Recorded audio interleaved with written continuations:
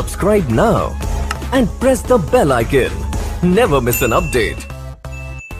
अब हम करते हैं प्रश्नावली 3.6 के प्रश्न नंबर 1 का 5वां सवाल।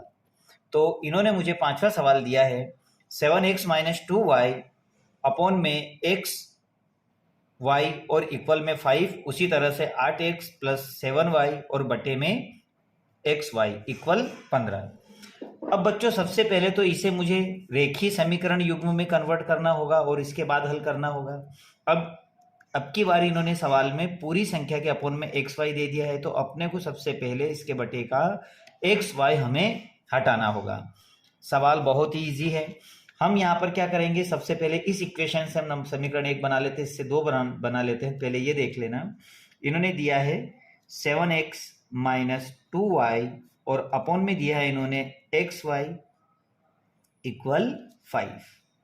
अब इसको जब मैं हल करता हूं तो हल करने पे एक्स वाई जो मुझे दिया है, तो हम 7/x के नीचे भी इसे लिख लेंगे और 2y के अपोन में भी हम एक्स वाई को लिख लेंगे। अर्थात हम एक्स वाई को इन दोनों की जगह अलग अलग लिख लेते हैं। तो ये लिखा 7x और एक्स वाई, आगे निशान माइनस का है तो माइनस लगाया हमने, 2y अपोन में एक्स वाई। तो इस तरह से मैंने इन दोनों को ही अलग अलग लिख लिया। अब मैं देखता हूं कि x से x और y से y कैंसिल हो जाता है, तो अब मेरे पास क्या बचता है 7/y - 2/x बराबर 5। ठीक उसी तरह से इसको भी हम ऐसे ही करेंगे। अब इससे मैं इक्वेशन बनाऊंगा, तो यहां पे मैं लिखता हूं 8x + 7y अपोन में xy इक्वल 15।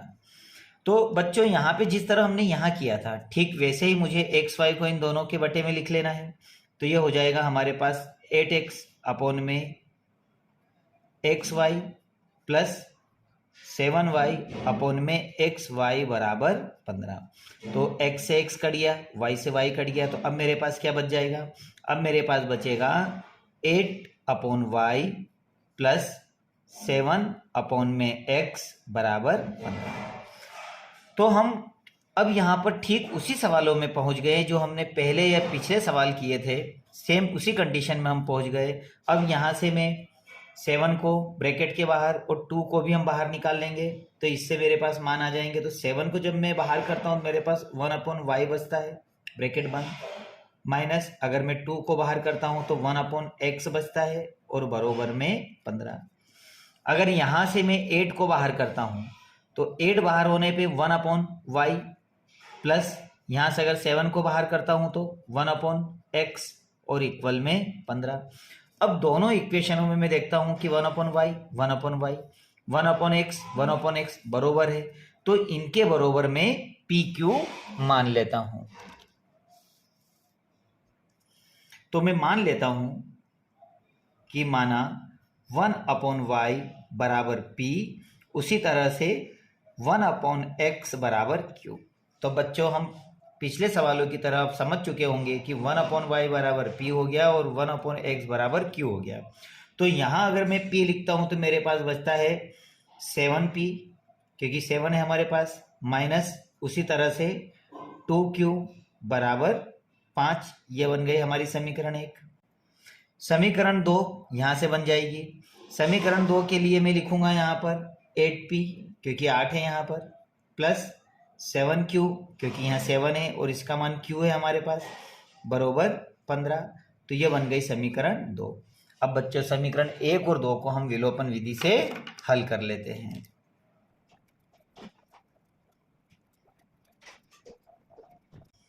तो समीकरण 1 और 2 को जब मैं विलोपन विधि से हल करूंगा तो इक्वेशन नंबर फर्स्ट इन्होंने मुझे दी थी 7P - 2Q बराबर 5 और अगली इक्वेशन है बराबर 15। अब विलोपन विधि में हम या तो P के या Q के मान बराबर करते हैं, अगर बराबर नहीं है तो हम क्रॉस मल्टीप्लाई, तो 8 का ऊपर और 7 का नीचे कर देते हैं हम। तो 8 सत्ती 56P और 8 को 8 8 दूनी 16Q और 8 पंजे 40। उसी तरह से 8 Satti 56P plus 7 Satti 49Q और 15 सत्ती 105। तो ये तो हमने यहाँ पर इन दोनों को इक्वल कर दिया, ये प्लस की है तो माइनस, ये प्लस की है इसलिए माइनस, और ये प्लस की है इसलिए माइनस, दोनों को काट दीजिए। अब माइनस माइनस प्लस, लेकिन निशान माइनस का, तो 9 और 6 तो हो जाएंगे हमारे पास 15, हाथ आया एक 5 और एक 6, मतलब ये हो गया 65 क्यूब इक्वल, तो 105 में से 40 को घटाओगे तो -65। अब 65 इसको डिवाइड कर लेगा, तो क्यू बराबर -65 अपॉन में 65, दोनों कैंसिल हो जाएंगे तो क्यू का मान आ जाएगा 1। तो बच्चों ये तो हमने क्यू का मान निकाला। अब क्यू का मान समीकरण 1 में रख दीजिए तो हमारे पास में पी का मान आ जाएगा। तो समीकरण 1 क्या है बच्चों आपके पास में, 7p माइनस 2q बराबर 5। जहाँ पर q है वहाँ पर हम क्या लिखेंगे, 1 लिखेंगे। तो ये लिखा 2 मल्टीप्लाई 1 बराबर 5, तो 7p माइनस 2 बराबर 5। तो 7p बराबर हो जाएगा हमारे पास 5 प्लस 2, तो 5 और 2 कितने हो गए हमारे पास में 7, और ये मल्टीप्लाई हो रहा था ये डिवाइड कर देगा, दोनों कट जाएगा, तो p का मान आ गया 1। तो इस तरह से मेरे पास p का मान भी 1 है और q का मान भी 1 है। तो ये तो मेरे बच्चों p और q का मान आया।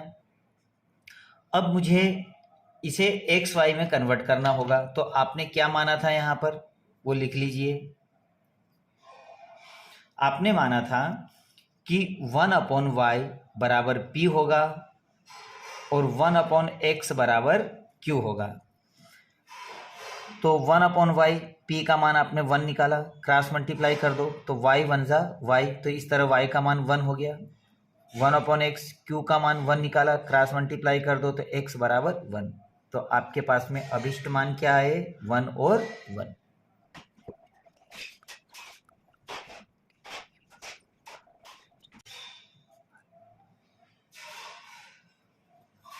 तो हम कह सकते हैं कि दिए गए समीकरणों के युग्मों का अभिष्ट हल 1 और 1 है, और यही आपका आंसर है।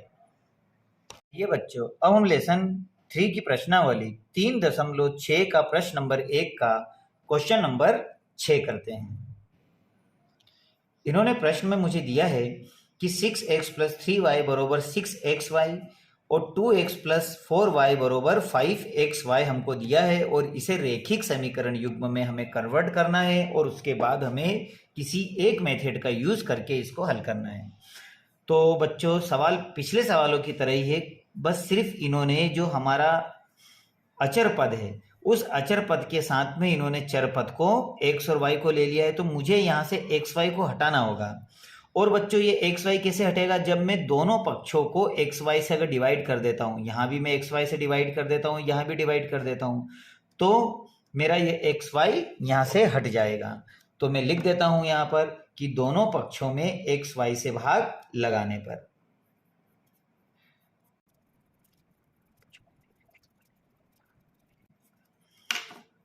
तो बच्चों जब हम दोनों पक्षों में एक्स वाई से भाग देंगे तो हमारे पास आएगा 6x अपॉन में एक्स वाई, फिर प्लस, तो प्लस लिखा हमने, 3y अपॉन में x y equal 6xy upon में एक्स वाई। तो देखो बच्चों हमने इधर भी एक्स वाई से भाग लगा दिया और इधर भी भाग लगा दिया, ठीक उसी तरह यहाँ भी लगा दीजिए। 2x अपॉन में x y plus 4y upon में एक्स वाई बराबर 5xy अपॉन में एक्स वाई। तो इस तरह से हमने दोनों ही इक्वेशनों में एक्स वाई को इसे हटाने के लिए भाग लगा दिया। तो अब मैं देखता हूँ x से x कट गया, y से y कट गया और एक्स वाई से एक्स वाई कट गया। ठीक उसी तरह इस x से x, y से y और एक्स वाई से एक्स वाई। अब बच्चों यहाँ मेरे पास क्या बचेगा, तो मेरे पास बचेगा 6/y, तो मैं 6 को निकाल लेता हूँ यहाँ से बाहर, तो ब्रैकेट में मेरे पास क्या आ गया 1/y, जो हमारा पहले सवाल हुआ था सेम वैसा ही चालू हो गया ये, प्लस यहाँ से अगर मैं 3 को बाहर कर लेता हूँ तो अब मेरे पास क्या बचेगा 1/x। उसी तरह से ये तो पूरा कट गया इसलिए मेरे पास 6 आ जाएगा। अब यहाँ देखिए, यहाँ मैं 2 को अगर बाहर कर लेता हूँ तो ये तो कट गया है, तो यहाँ 1 बचा हुआ है, अर्थात 1/y, प्लस यहाँ से 4 को बाहर ले लेता हूँ मैं, तो y से y कट गया, मतलब ऊपर 1 बचा है, तो 1/x इक्वल 5। अब हम ये सवाल जो हम पूर्व के सवाल या इसके पहले के सवाल जो हमने किए थे ठीक उसी कंडीशन में है। अब मैं अब मैं 1/y और 1/x की जगह पर पी क्यू को मान लेता हूं। तो मैं लिख लेता हूं यहां पर कि माना 1/y बराबर में p मान लेता हूं और 1/x बराबर q। इसका मतलब है कि ये पूरी संख्या p में और ये पूरा q में कन्वर्ट हो जाएगा। तो यहाँ पे मेरा इक्वेशन क्या हो जाएगा, 6p क्योंकि ये p में कन्वर्ट हो गया प्लस 3q बराबर 6। ये बन गए हमारी समीकरण 1। समीकरण 2 के लिए 2p प्लस 4q बराबर 5। ये बन गए हमारी समीकरण नंबर 2। बच्चों समीकरण 1 और 2 को अब हम विलोपन विधि से हल करेंगे। तो जब मैं समीकरण 1 और 2 को विलोपन विधि से हल करूंगा तो p और q के कोफिशिएंट बराबर करना है। तो जब मैं इसको विलोपन का यूज करता हूं मैं तो 2 का मल्टीप्लाई ऊपर और 6 का मल्टीप्लाई में नीचे कर दूंगा ताकि इसके कोफिशिएंट बराबर हो जाए। तो 6 दूनी 12p, 3 3 दूनी 6q और 6 दूनी 12। उसी तरह से 6 दूनी 12p प्लस 6 चौक 24q बरोबर 5 छकों 30। तो ये तो बच्चों मैंने इसका इसमें और इसका इसमें पूरा मल्टीप्लाई कर दिया। अब साइन चेंज कर दो, माइनस ये भी माइनस, तो ये धन ऋण के कैंसिल हो जाएंगे। और जब 24 में से 6 को घटाओगे तो माइनस की संख्या बड़ी है इसलिए माइनस आएगा। तो हमारे पास बचेगा -18q बराबर, और 30 में से 12 घटाओगे तो हमारे पास बचेगा ये भी -18। अब हम इससे इसको भाग लगा देते हैं। तो जब हम भाग लगाएंगे तो हमारे पास में आएगा -18q बराबर -18। जब मैं इसका भाग लगाता हूं तो q का मान आ जाएगा -18 बटे -18। तो 18 से 18 कैंसिल, तो q का मान आ गया 1। तो बच्चों ये आपके पास में q का मान आया। अब q का मान आप कहाँ रख दोगे, समीकरण 1 में। तो q का मान, तो समीकरण 1 क्या है बच्चों आपके पास, 6p प्लस 3q बराबर 6। इसमें जहां भी q आया वहां हम 1 रख देंगे। तो 6p प्लस 3 मल्टीप्लाई 1 बराबर 6।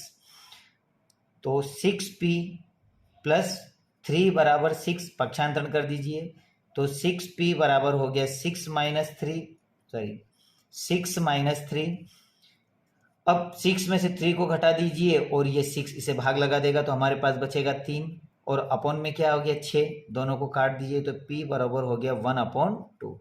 और q का मान निकाला था हमने 1। तो इस तरह से मेरे पास में p का और q का दोनों ही आंसर आ गए, लेकिन ये मेरा आंसर नहीं है।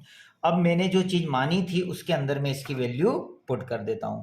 तो मैंने क्या माना था, हम लिख लें। हमने ये माना था कि 1/y बराबर p होगा और 1/x बराबर q होगा। तो आपने जो p की वैल्यू निकाली वो p की जगह रख दीजिए। तो इस तरह से ये हो जाएगा 1/y बराबर p का मान 1/2 क्रॉस मल्टीप्लाई, तो y बराबर 2। ये आपका पहला आंसर आया। उसी तरह से 1x बराबर q का मान आपने 1 निकाला, क्रॉस मल्टीप्लाई, तो x बराबर x से कम x और एक इधर गुणा करेगा तो 1। तो ये आ जाएगा आपका x और y के मान। तो इस तरह से हमारे पास में अभिष्ट मान हुए 2 और 1।